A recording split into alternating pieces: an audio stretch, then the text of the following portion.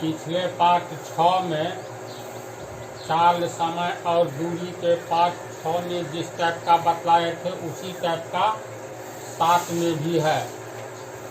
प्रश्न, यदि 180 मीटर लंबी एक ट्रेन की चाल 60 किलोमीटर प्रति घंटा हो तो 320 मीटर लंबे प्लेटफॉर्म को पार करने में उसे कितना समय लगेगा।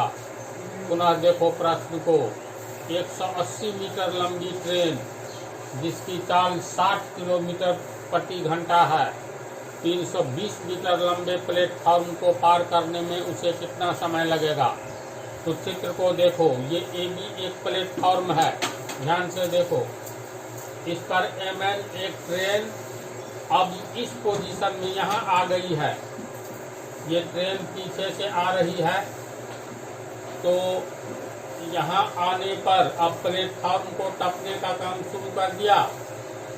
तो होते होते ये MN ट्रेन का पिछला भाग M, ये MN ट्रेन यहाँ आ गई, यानी प्लेटफॉर्म के अंतिम सिरे पर ट्रेन के पिछले बॉगी का अंतिम सिरा आ गया।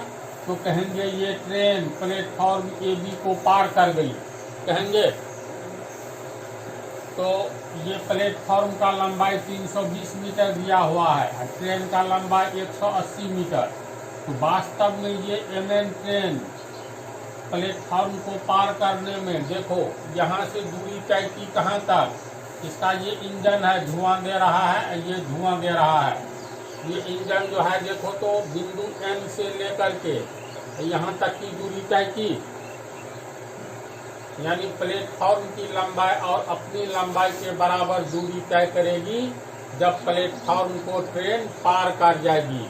अर्थात ट्रेन का पिछला हिस्सा का सबसे अंतिम भाग प्लेटफॉर्म के अगले हिस्से के अंतिम भाग पर आ जाएगी, तब कहेंगे प्लेटफॉर्म को ट्रेन पार कर गई। तो पार करने में प्लेटफॉर्म की लंबाई 320 मीटर, ट्रेन को N से लेकर के यहाँ तक इंजन गया, तो कितना दूरी तय की, प्लेटफॉर्म की लंबाई जो ट्रेन की लंबाई है ना, कोई भी बिंदु को हो गए, पिछला भाग जो है ये कितना दूरी तय किया, तो प्लेटफॉर्म की लंबाई जो ट्रेन की लंबाई है ना, ऐसी बात। तो चाल दिया हुआ है 60 किलोमीटर प्रति घंटा। इसका अर्थ है, देखो प्रश्न से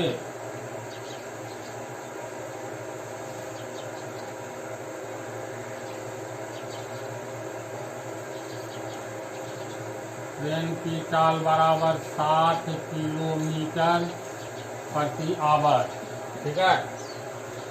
तो 60 किलोमीटर प्रति घंटा का अर्थ हुआ 60 किलोमीटर जाने में 1 घंटा लगता है, होगा ना। तो यहाँ मीटर वाली बात है, कितना मीटर दूरी तय की, तो 320 और 180 कितना हो गया, 460 मीटर A से लेकर के M तक आने में। तो इतना मीटर दूरी तय करने में कितना समय लगेगा। इससे पहले हम लोग लिखेंगे ट्रेन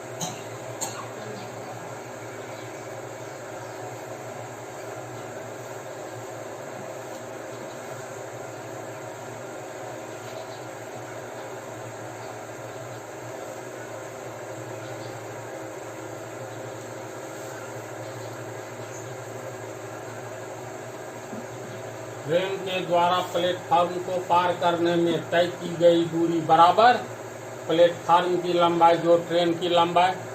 ये तो प्रैक्टिकली नहीं कभी भूलोगे।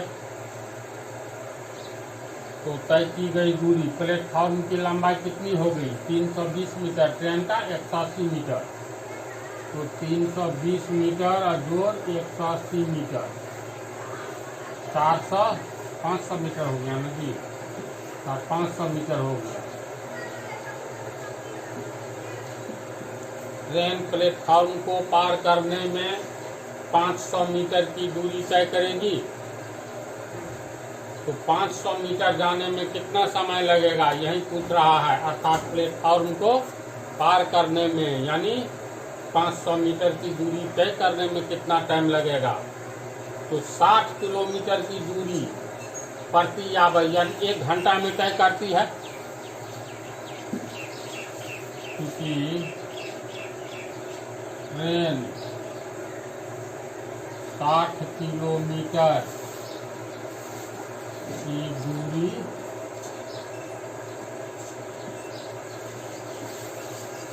1 घंटा में तय करती है। ट्रेन का तो चाल है, उसके आधार पर 60 किलोमीटर की दूरी 1 घंटा में तय करता है। इसमें है मीटर, तो यहाँ किलोमीटर को मीटर में बदल लोगे, इसको लिख सकते हैं, यानी ट्रेन 60 किलोमीटर कितना मीटर हो गया, 1000 से गुना कर दो तो 60,000 मीटर की दूरी। अब 1 घंटा को बदल दो सीधे सेकंड में, मिनट में भी बदल सकते हो, लेकिन हमको लगता है सेकंड में पार करता होगा, तो सेकंड में ही बदल करके देखो। 1 घंटा में तय करती है, 1 घंटा का मतलब 3600 सेकंड में तय करती है। क्यों बदले कारण पता चला, ट्रेन के द्वारा तय की गई दूरी मीटर में है, तो किलोमीटर को मीटर में बदल लिए। 60 किलोमीटर की दूरी यानी 60,000 मीटर की दूरी 1 घंटा में यानी 3600 सेकंड में तय करती है। इसीलिए ट्रेन 1 मीटर की दूरी कितना में तय करेगी, तो एक नियम से 3600 बटा 60,000 सेकंड में तय करेगी। 2 0 कट गया, यानी चलो ये हट गया। अब ये है 600, ये है 36, सीधे काट दो इसको 12 से, 12 पंचे 60, 12 तिया 36, 3 बटा 50 सेकेंड, यानी 3 बटा 50 सेकेंड में पार करती है, यानी तय करती है।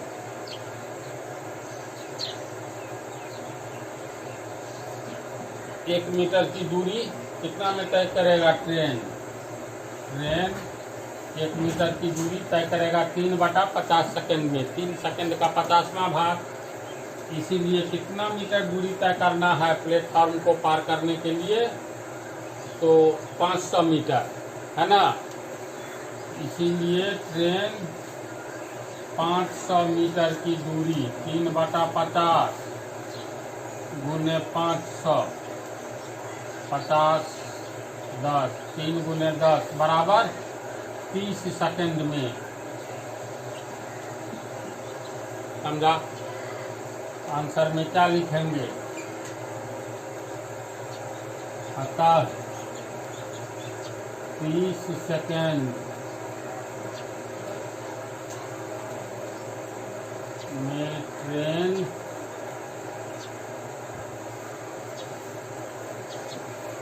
प्लेटफॉर्म पार कर लेगी।